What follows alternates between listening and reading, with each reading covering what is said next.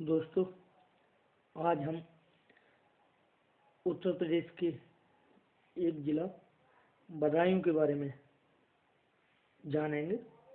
तो इसमें देखते हैं कि बदायूं का जो नामकरण हुआ वो किस बेस पर हुआ। तो बदायूं का नाम आखिरकार बदायूं क्यों पड़ा।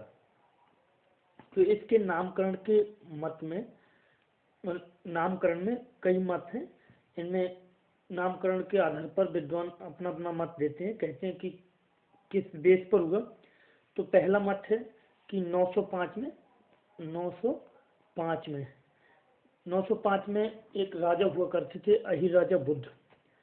तो अहिर राजा बुद्ध के आधार पर यह माना जाता है कि अहिर राजा बुद्ध ने इसका नाम बुद्ध मऊ रखा। अहिर राजा बुद्ध ने इसका नाम बुद्ध मऊ रखा और ये बुद्ध मऊ कुछ समय बाद उनके ही यानी जो अहिर राजा बुद्ध थे उनके ही उत्तराधिकारी राजा महिपाल का एक मंत्री था। राजा महिपाल का जो मंत्री था उसका नाम था सूर्यध्वज।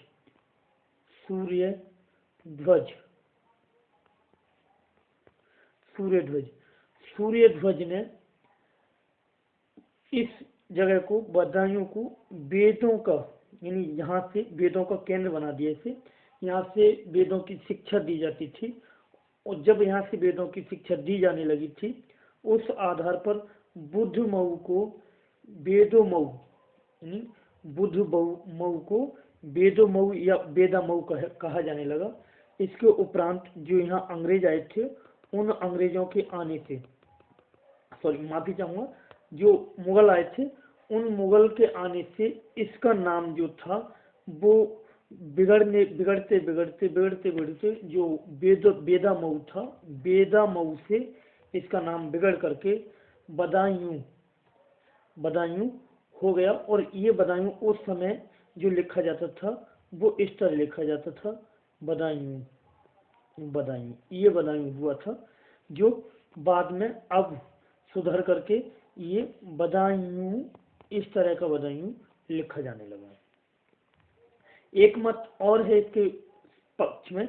हाँ, इसके पक्ष में ये भी है कि जो वेदों की जानकारी मिलती है, वेदों की जानकारी के लिए हम देखें तो बदायूं में एक सूरज कुंड यानी बदायूं में इस समय भी एक सूरज कुंड पाया जाता है, जिससे हम लगा सकते हैं कि हाँ वहाँ भी बदायूं में सूरज कुंड के आधार पर वहाँ वेदों की शिक्षा दी जाती है। और हम मान सकते हैं कि ऐसा हो सकता है कि बदायूं का नाम राजा अहिर बुद्ध के आधार पर इसका नाम बदायूं यानी बुद्धा मऊ से बदायूं सुधरते बदायूं बन चुका। दूसरा इसका एक तर्क दिया जाता है कि जो बदायूं है, जो उस समय राजा अशोक थे, अशोक के समय पर अशोक के समय पर यहाँ बुद्ध विहार, जो अशोक राजा थे उन्हें बुद्ध विहार अशोक ने जो बुद्ध विहार बनाया था, यहाँ अशोक ने इस जगह को बुद्ध विहार बनाया था और इस जगह से इसका नाम बुद्ध मऊ पड़ा। बुद्ध मऊ, और बुद्ध मऊ से ये नाम वही फिर पुनः कि सुधरते बुद्ध मऊ से बदायूं हो गया। अगला इसके बाद प्रोफेसर गोटी मानते हैं इसके लिए। प्रोफेसर गोटी ने एक शिलालेख का अध्ययन किया। ये प्रोफेसर गोटी ने एक शिलालेख का अध्ययन किया और उसमें पाया उन्होंने कि जो शिलालेख था वो बेटा मूठ के पास, शिलालेख बेटा मूठ के पास एक और जगह थी बदायूं यानी जो जगह दूसरी थी वो थी भदाल उलक,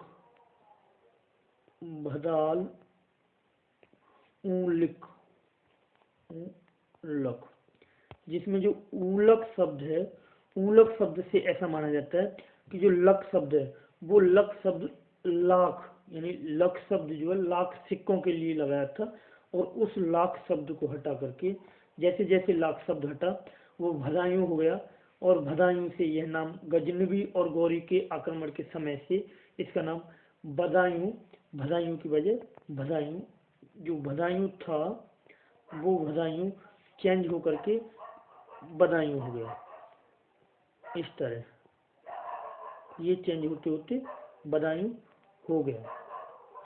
अब इसकी एक बार हम इसकी भौतिक स्थिति पर नजर डालते हैं, भौगोलिक कंडीशन क्या है।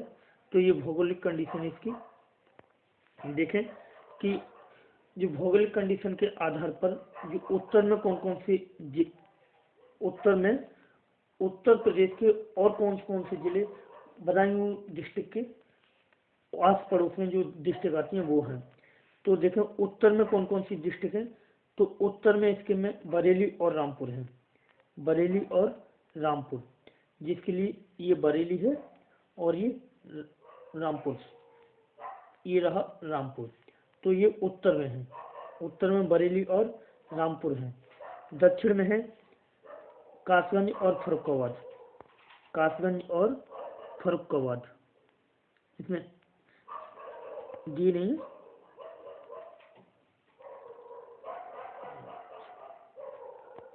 ये रहे कासगंज और फर्रुखाबाद, या कासगंज और ये फर्रुखाबाद, कासगंज और फर्रुखाबाद इसके दक्षिण पड़ते हैं। वही पूरब की बात करें तो इसके पूरब में जो पड़ते हैं वो जिले हैं शाहजाबाद, यानी इसके पूरब में जो है शाहजाबाद, ये शाहजाबाद है, ये यहाँ शाहजाबाद पड़ता है। ठीक इसके पश्चिम की बात करें तो इसके पश्चिम में जो जिले पड़ते हैं वो संभल और मुरादाबाद, संभल और मुरादाबाद, ये मुरादाबाद रहा, और ठीक यहीं संभल रहा, ये संभल, संभल और मुरादाबाद इसके पश्चिम में पड़ते हैं। इसकी वही लंबाई की बात करें तो इसकी लंबाई जो है पूरब से पश्चिम तक, इसकी लंबाई पूरब से पश्चिम तक, ये लंबाई पूरब से पश्चिम तक की लंबाई इसकी 114 किलोमीटर है, 114 किलोमीटर। बदायूं की लंबाई पूरब से पश्चिम तक 114 किलोमीटर है, जबकि यही जो दूरी है वो उत्तर से अगर हम देखें तो यही उत्तर से जो बैठती है वो 60 किलोमीटर, उत्तर से है ये 60 किलोमीटर। उत्तर से अगर उत्तर से हम दक्षिण तक की बात करें तो ये 60 किलोमीटर है। और जिसकी अगर समुद्र तल से ऊंचाई की बात करें, यह समुद्र तल से कितना ऊंचा है, तो समुद्र तल से ये 500 फीट ऊंचा है, 500 फीट ऊंचा है समुद्र तल से। इसके क्षेत्रफल के बारे में जानकारी लें हम तो इसका क्षेत्रफल बदायूं का क्षेत्रफल जो है वो क्षेत्रफल है 5168 वर्ग किलोमीटर, 5168 वर्ग किलोमीटर, 5168 वर्ग किलोमीटर है, जो उत्तर प्रदेश के लगभग 2% के बराबर है। उत्तर प्रदेश के क्षेत्रफल के लगभग 2% बराबर है, और भारत के क्षेत्रफल के लगभग 0.13, भारत के क्षेत्रफल के लगभग 0.13% के बराबर है, इतना है केवल। और इसकी बात करें उत्तर प्रदेश का जो सेक्स रेशियो, बदायूं का जो सेक्स रेशियो है वो है 8 से 41, यानी 8 से 41, 1000 पुरुषों पर 8 से 41 महिलाएं हैं। डिस्ट्रिक्ट बदायूं की जो एक प्रसिद्ध मिठाई है वो है पेड़ा, यानी बदायूं की अगर प्रसिद्ध मिठाई की बात करें तो ये पेड़ा है, बदायूं की प्रसिद्ध मिठाई पेड़ा। ठीक, आगे बात करें कि बदायूं से कौन सी नदी बह करके निकलती है, तो बदायूं से जो नदी निकलती है वो है रामगंगा, रामगंगा नदी के किनारे बदायूं स्थित है। और रामगंगा की जो सहायक नदियां हैं वो रामगंगा की सहायक नदियां कुछ इस प्रकार हैं। पहली एक नदी है इसकी महावा, एक महावा नदी है जो इसमें आके मिलती है।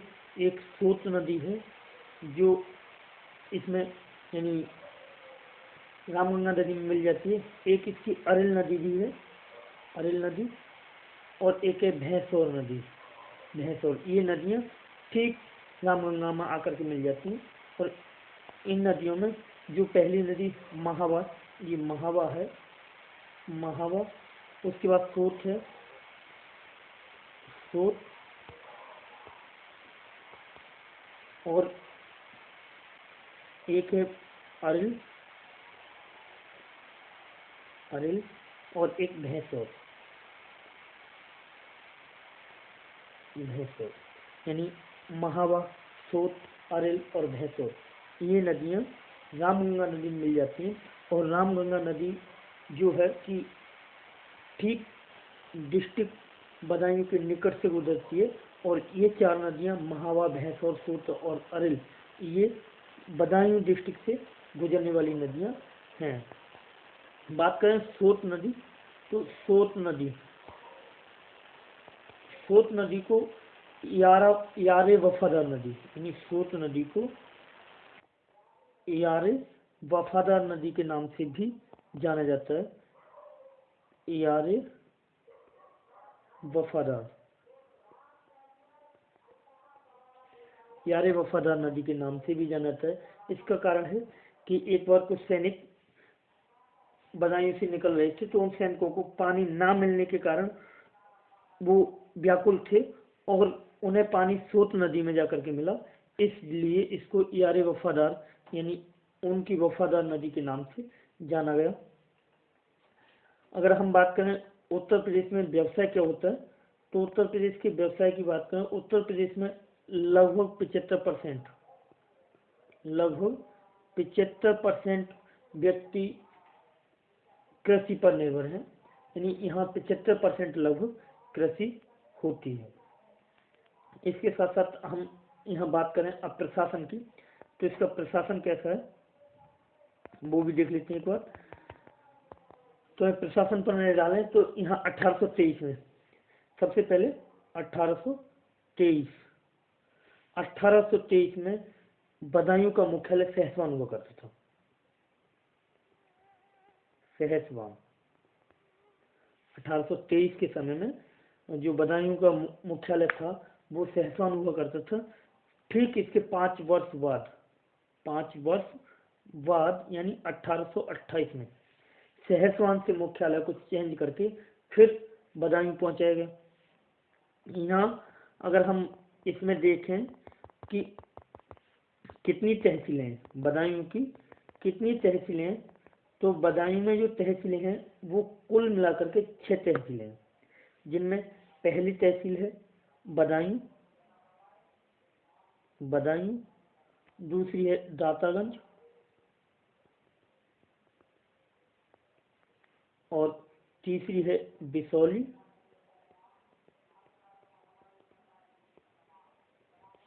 और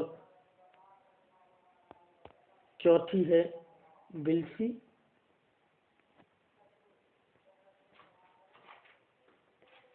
और 5वीं है सहसवान, और छठी है गुन्नौर, जो कि अब कट चुकी है। गुन्नौर यहाँ से अलग हो चुकी है, यानी अब इस समय कुल मिलाकर के 5 तहसीलें बदायूं में हैं।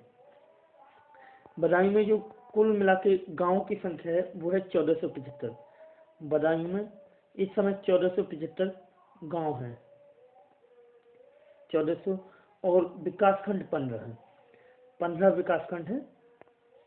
और थानों की संख्या अगर बात करें तो पुलिस स्टेशन जो है वो 19 है, 19 पुलिस स्टेशन बदायूं के अंदर हैं। अब हम इसके साथ साथ बदायूं की जो धरोहर है, जो धरोहर सूची है उन पर नजर डालें तो एक धरोहर सूची है इसकी, जो एक प्रकार यानी एक और ताजमहल के नाम से प्रसिद्ध है। एक और ताजमहल जो आप स्क्रीन पर देख पा रहे हैं, ये एक और ताजमहल के नाम से प्रसिद्ध है, और इसका नाम है नवाब इखलास खां का मकबरा, यानी नवाब इखलास खां, नवाब इखलास खां, इखलास खां यह नवाब इखलास खां का है। और यहाँ जो नवाब इखलास खां के पिता थे वो नवाब इब्राहिम खां थे, जो कि बदायूं के गवर्नर थे। ये दोनों बदायूं, पहले इसके पिता नवाब इब्राहिम खां गवर्नर बने और उसके बाद नवाब इखलास खां भी बदायूं का गवर्नर बनाए। ठीक, जो इसका जो चबूतरा दिख रहा है, इसके चबूतरे की लंबाई जो है, एक वर्गाकार चबूतरा है इसका, जो 153 गुणा 153 मीटर के आकार में है। और जो इसका मुख्य भवन दिख रहा है, ये जो मुख्य भवन है, यह मुख्य भवन भी वर्गाकार है, जो 77 गुणा 77 मीटर के आकार में है। इसके अंदर की बात करें हम, तो इसके अंदर 5 कब्र ताबीज हैं। इसके अंदर जो है वो 5 कब्र ताबीज हैं, और इन 5 कब्र ताबीजें वास्तविक हैं। इनमें सभी में 5 कब्रें हैं अंदर, जो कि सभी नवाब इखलास खां के संबंधियों की हैं इसके अंदर। इसके बाद एक दूसरा जगह पर एक दूसरी है ईदगाह शमसी। जो ईद है, यानी एक ईदगाह शमसी जो है वो स्थान है। ईदगाह शमसी की बात करेंगे तो ईदगाह शमसी भी बदायूं में पड़ता है, और ईदगाह शमसी का निर्माण 1209 में इल्तुतमिश ने कराया था। 1209 में इल्तुतमिश ने।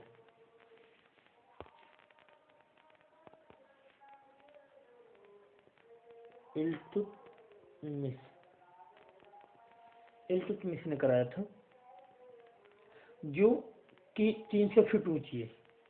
300 फीट ऊंची इमारत है ये, और यह दक्षिण में है। इसके दक्षिण में मिंबर है, जो मिंबर वह स्थान होता है, मिंबर वह आकृति होती है जो एक जीने टाइप होती है। इसके दक्षिण में जीने टाइप मिंबर है, जो इसके ऊपर चढ़ने के लिए लगभग 300 फीट ऊंची इमारत पर जो चढ़ने के लिए जीने टाइप की है, वो है मिंबर। एक अगले और विशेष, यानी एक अगली और हमारी बदायूं की सूची की बात करें हम, तो एक अगली और सूची है, ये जो स्क्रीन पर देख पा रहे हैं, ये जामा मस्जिद शमसी। जामा मस्जिद शमसी, जामा मस्जिद शमसी की बात करें तो ये भी बदायूं में स्थित है। ये बदायूं में है।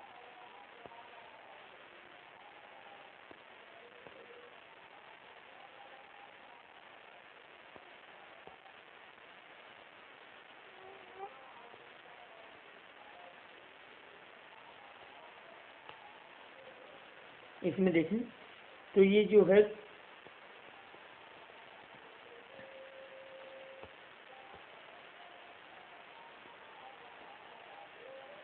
बारह सौ 10 में इल्तुतमिश ने इसकी नींव रखी।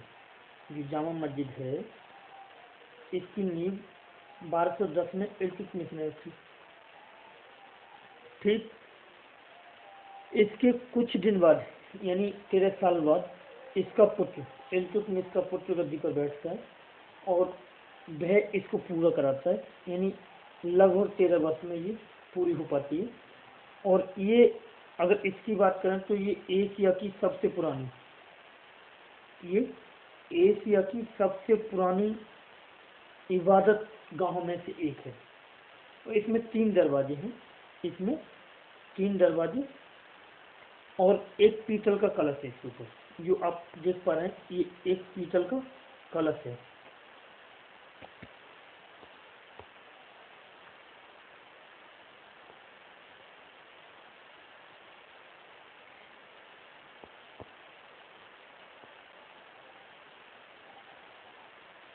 इसके बाद एक और अगली मीनार पर, यानी एक अगली इसकी जो बदायूं की एक अगली मकबरा जो है उस पर नजर डालते हैं, तो अगला मकबरा है ये, और ये मकबरा है सैयद अलाउद्दीन आलम शाह का मकबरा। सैयद अलाउद्दीन आलम शाह का मकबरा। सैयद अलाउद्दीन आलम शाह ने यह मकबरा 1464 में बनवाया था, और 1464 में सैयद अलाउद्दीन आलम शाह ने यह मकबरा अपनी माँ सैयद ये जो आलम शाह थे, आलम शाह की माँ सैयदा मखदूमा जहां, सैयदा मखदूमा जहां, मखदूमा जहां, मखदूमा जहां के लिए बनवाया था। कुछ समय बाद जब आलम शाह की मृत्यु होती है और आलम शाह की मृत्यु हो जाने के बाद आलम शाह को भी यहीं दफना दिया जाता है। और आलम शाह जब यहाँ दफना दिए जाते हैं और आलम शाह को दफनाने के बाद ये आलम शाह का भी मकबरा बन जाता है। और जो इस समय है वो मीरा सराय के निकट, मीरा सराय के निकट है। बदायूं में जो एक एरिया है मीरा सराय, उसके निकट शेखुपुर रास्ते पर है। जब जैसे हम बदायूं से शेखुपुर के लिए निकलेंगे तो वहाँ पड़ता है, उसी साइड में पड़ता है ये मीरा सराय के निकट, मीरा सराय मोहल्ले में आलम शाह का मकबरा। ठीक, इसके बाद अगला देखते हैं। अगला एक मकबरा और है नवाब फरीद खां का मकबरा। तो नवाब फरीद खां का मकबरा जो कि फालिया खेड़ा में दूर का निर्माण कराए, जो अब शेखुपुर कहा जाता है। ये हम बात कर रहे थे कि जो शेखुपुर के रास्ते आलम शाह के मकबरा जो है शेखुपुर रास्ते पर, और जो शेखुपुर है वो शेखुपुर नवाब फरीद खां का मकबरा है। शेखुपुर जो था वो नवाब फरीद खां का मकबरा है, जो कि जहांगीर का भतीजा था। नवाब फरीद खां जहांगीर का भतीजा था। और कुतुबुद्दीन खां जो कि जहांगीर का सगा भाई था, कुतुबुद्दीन खां उसका बेटा था जहांगीर खां, यानी नवाब फरीद खां, कुतुबुद्दीन एवं जहांगीर का भतीजा और कुतुबुद्दीन का बेटा, कुतुबुद्दीन खां का बेटा। तो वही स्थान शेखुपुर कहा जाने लगा, जो कि वही शेखुपुर जिसके रास्ते पर आलम शाह का मकबरा पड़ता है। बाकी की और भी इमारतें हैं, जैसे बड़ी सरकार, यहाँ एक बड़ी सरकार नाम से बहुत प्रसिद्ध इमारत है, जो कि अक्सर ऐसा माना जाता है कि तथाकथित तौर पर भूत प्रेतों से छुटकारा पाने के लिए है। और ये जो बड़ी सरकार नामक इमारत है, जियारत है, वो जियारत सोत नदी के किनारे है। वही सोत नदी जो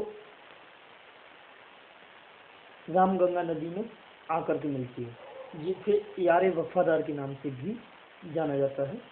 और ठीक एक और छोटे सरकार यानी बड़े सरकार के आधार पर एक छोटे सरकार भी है, जो हजरत साहब बिलायत साहब के नाम की है। हजरत साहब बिलायत साहब की है, वो छोटी सरकार है। यह भी बदायूं में स्थित है। ये भी ठीक बड़े सरकार यानी सुल्तान आरफीन साहब का जो काम करती है, जो बड़े सरकार काम करती है, वही छोटी सरकार काम करती है। यहाँ एक और स्थान है झंडा मियाँ, एक और स्थान है झंडा मियाँ। इसके अलावा एक और मजाक मियाँ साहब, मजाक मियाँ साहब। अब इसके अगर हम बदायूं कोई प्रमुख व्यक्तित्व की बात करें कि कौन कौन ऐसे व्यक्तित्व हुए बदायूं में, तो उनके बारे में देखें तो बदायूं में महान हस्तियां उत्पन्न हुई हैं जिन्होंने हर एरिया में नाम कमाया। जैसे एक हुए कब्रे मुल्ला अब्दुल कादिर बदायूं में, कब्रे मुल्ला अब्दुल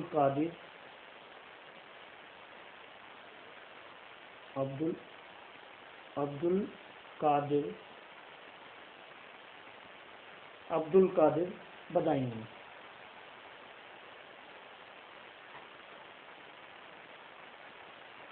तो कब्रे मुल्ला अब्दुल कादिर बदायूं में इनकी एक पुस्तक है जिसका नाम है कसीदाने बदायूं, यानी कब्रे मुल्ला अब्दुल कादिर बदायूं, यानी अब्दुल कादिर बदायूं की जो पुस्तक है वो कसीदाने बदायूं, कसीदाने बदायूं। इनकी बात करें तो कादिर साहब ने रामायण और महाभारत को भी अरबी फारसी में अनुवाद किया। और ये एक बहुत बड़े इतिहासकार रहे हैं। कादिर साहब बहुत बड़े उस अपने समय के इतिहासकार रहे हैं, और इतिहासकार के साथ साथ अकबर के नवरत्न भी रहे हैं। जो अकबर के नवरत्न थे उनमें भी रहे हैं। तो जिस समय अकबर के नवरत्न थे तो यहाँ से ये भी विचार है कि फिर ये बदायूं में कैसे आए। तो यहाँ बदायूं में ये अकबर ने एक दीन ए इलाही नामक धर्म चलाया, और मीना बाजार जो चलाया था, मीना बाजार उसके विरोध में थी ये। कब्र मुल्ला जो कादिर साहब थे, अब्दुल कादिर, वो दीन ए इलाही और मीना बाजार के विरोध में थे, और इसके विरोध में होने के कारण अकबर ने इन्हें फांसी की सजा सुना दी। और अकबर ने इन्हें फांसी की सजा सुना दी, इसलिए ये वहाँ से भाग करके अपनी ससुराल, यानी इनकी ससुराल थी बदायूं, और कादिर साहब बदायूं ससुराल में आ गए। बदायूं ससुराल में आ गए, और जब ससुराल में आए तो इनके ससुराल में आने के बाद ये उनकी फांसी से बच गए, और ये इन्हीं रहने लगे। उसके बाद इनका आत्ममृत्यु भी इन्हीं हुआ। एक बहुत बड़े दूसरे की बात करें, दूसरे शख्स से, एक बहुत बड़े शायर जिनका नाम है शकील बदायूनी। शकील बदायूनी भी बदायूं के ही हैं, और इन्होंने बहुत सारी फिल्में जैसे बाबुल, मेला, आन, घूंघट और एक उड़न खटोला, बैजू बावरा, मदर इंडिया,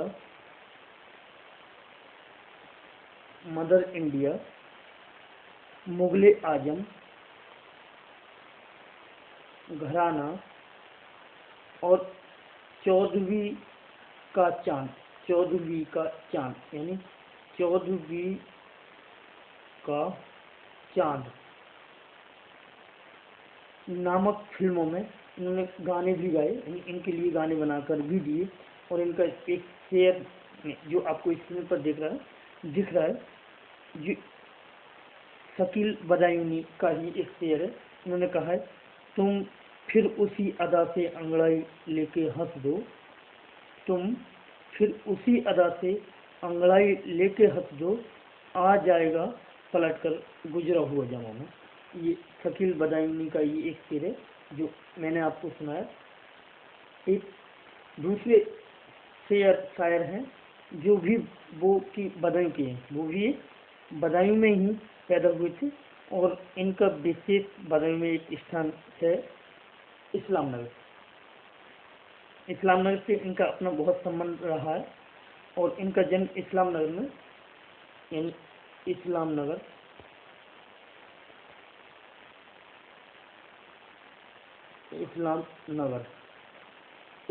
में 1879 में पैदा हुई थी। इनका जो नाम था फानी बदायूनी, इनका नाम स्क्रीन पर देख पा रहे हैं, फानी बदायूनी। तो फानी बदायूनी इनका नाम था, और इनका जो फानी बदायूनी यानी पहले जो वास्तविक नाम था वो था शौकत अली खां बाद में फानी बदायूनी के नाम से प्रसिद्ध हुए।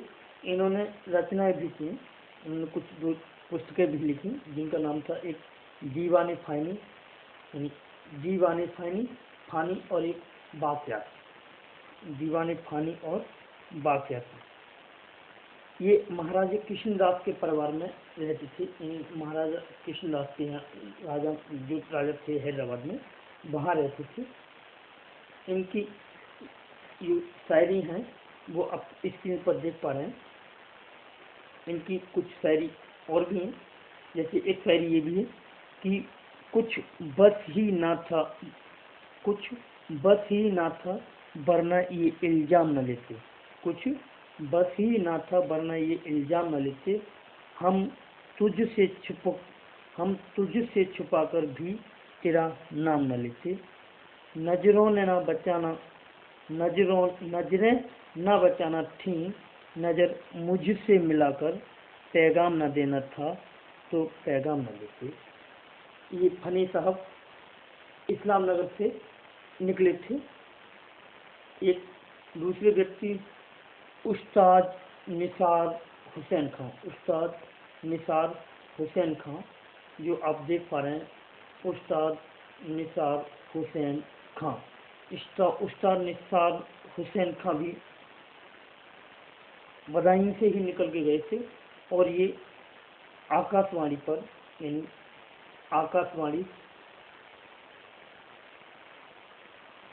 आकाशवाणी जो आप इनके चित्र पर देख पा रहे हैं, आकाशवाणी, ये आकाशवाणी, इस आकाशवाणी में इन्होंने काम किया और आकाशवाणी पर ये डिप्टी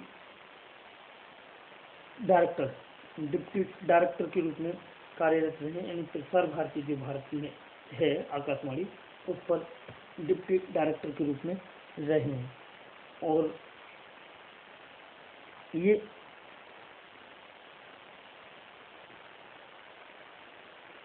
माफ़ी चाहूँगा उस्ताद हुसैन खां जो थे, ये सहसवान से, इनका नाम नहीं बताया था मैंने, ये सहसवान से निकल कर गए थे, यानी फानी बदायूं इस्लाम नगर से, तो उस्ताद निसार हुसैन खां सहसवान से निकल कर गए थे। और इन्हें उस्ताद निसार हुसैन खान को पद्म विभूषण जो कि 1972 में सम्मानित किए गए, 1972 में इन्हें पद्म विभूषण भी दिया गया। और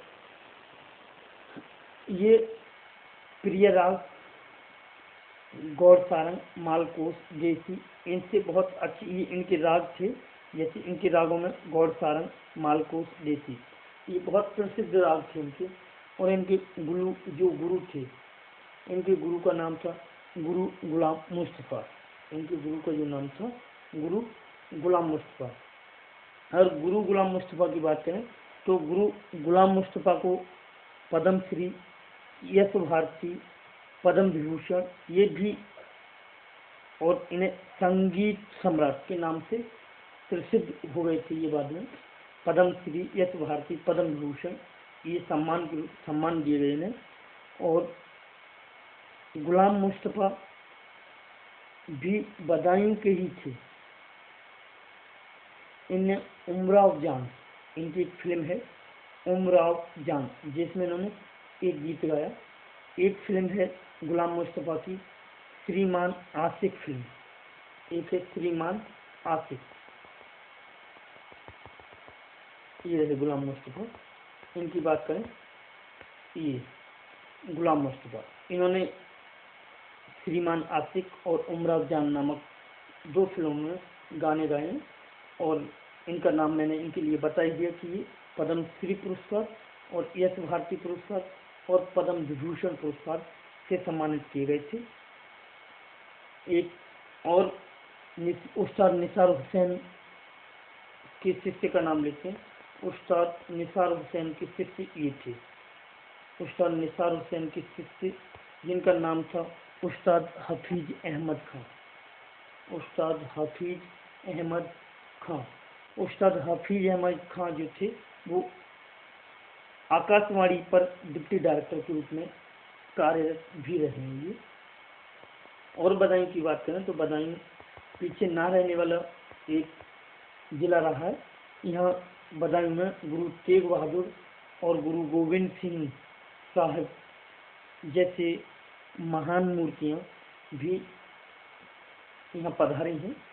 और बदायूं के लिए इतना ही बहुत कुछ है। आशा करूँगा आपको ये वीडियो पसंद आई हो। Thank you.